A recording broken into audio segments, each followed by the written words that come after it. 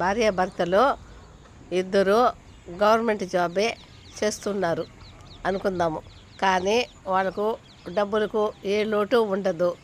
వాళ్ళకు ఒకరు ఇద్దరు పిల్లలు కూడా ఉంటారు. కానీ కొందరు ఏం చేస్తారంటే జాబే ఇంపార్టెంట్ అనుకొని హడావుడిగా వెళ్ళడము, సరైన సమయానికి కావలసిన ఫుడ్ కూడా హెల్త్గా చేసుకొని తినకపోవడము, ఇంకోటి ఏమిటంటే పిల్లల్లో కూడా అశ్రద్ధ చేయడము, ఇవన్నీ కూడా చాలామంది చేస్తుంటారు. అవన్నీ అలా చేయకూడదండి.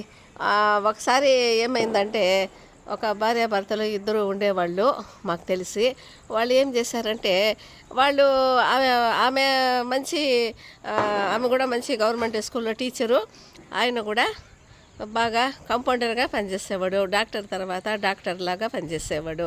వాళ్ళ జీతము, వాళ్ళ సంపాదన, హడావుడి రావడము తప్పించి వాళ్ళ భార్యాభర్తలకి ఇద్దరికే ప్రేమ అనురాగాలు కరువైపోయినాయి. దానికి తోడు ఆ ఇద్దరు పిల్లలను కూడా అంత ప్రేమగా వాళ్ళు చూసేవాళ్ళు కాదు. ఎప్పుడు గొడవలు, కొట్టుకోవడాలు, తిట్టుకోవడాలు. ఆఖరికి వాళ్ళు డాక్టర్ దగ్గరికి పోయే పరిస్థితి వచ్చింది. డాక్టర్ దగ్గరికి అంటే డాక్టర్ అంటే ఎక్కడో కాదు. ఒకప్పుడు నేను చూశాను, బతుకు జట్కా బండి అంటాం, దాంట్లోకి వెళ్ళారు వాళ్ళు. వెళ్ళే కొద్దికి వాళ్ళు అక్కడ కూడా డాక్టర్ గారు వచ్చి కూడా వాళ్ళకు బాగా ట్రీట్మెంట్ ఇచ్చారు. ఏమిటంటే మీరు సంపాదనే చూసుకుంటున్నారు, పిల్లల్ని ప్రేమగా చూడడం లేదు. వాళ్ళని కొంతసేపు అయినా వాళ్ళ దగ్గర కూర్చొని వాళ్ళని ప్రేమగా పలకరించారు. హడావుడి సంపాదన, ఆ సంపాదనలో కూడా తగిన ఆహారం లేదు. ఏమిటంటే మీరు అట్లా ఉద్యోగాలు, వాళ్ళేమో పిల్లలేమో అట్లా చదువు, ఇట్లా హడావుడిగా పోవడము రావడము. ఒక హాలిడే వచ్చిందంటే ఆ రోజుల్లో ఇంటి వరకు నువ్వు నేను కొట్టుకుంటూ తన్నుకుంటూ ఇంట్లో వర్క్ అంతా చేయడము, అలా చేసుకుంటూ పోతున్నారే కానీ వాళ్ళు మనశ్శాంతిగా జీవించలేకపోతున్నారు. వాళ్ళు మనశ్శాంతిగా జీవించడానికి డబ్బు కారణం కాదు. వాళ్ళు మనశ్శాంతిగా జీవించాలంటే వాళ్ళు ఏం చేయాలంటే డబ్బులు సంపాదిస్తారు, బాగానే ఉంది. వాళ్ళు ఏం చేయాలంటే వాళ్ళ మనశ్శాంతి కోసము వాళ్ళ సంతోషంగా హ్యాపీగా వాళ్ళు ఆ ఇద్దరు పిల్లల్ని తీసుకొని మంచి పుణ్యక్షేత్రాలకు వెళ్ళాలి.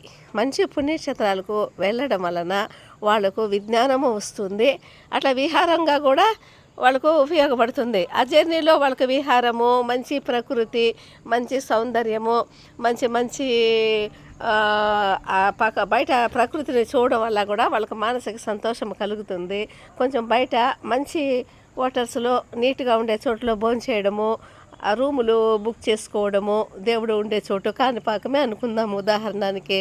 కాణిపాకంలో రూములు తీసుకొని అక్కడే టిఫిన్ తిని, అక్కడే దేవుడు అన్నం కూడా తిని ఆ భగవంతుని దర్శనం చేసుకొని వాళ్ళు ఉంటే చాలా వాళ్ళకు మంచిది కదా.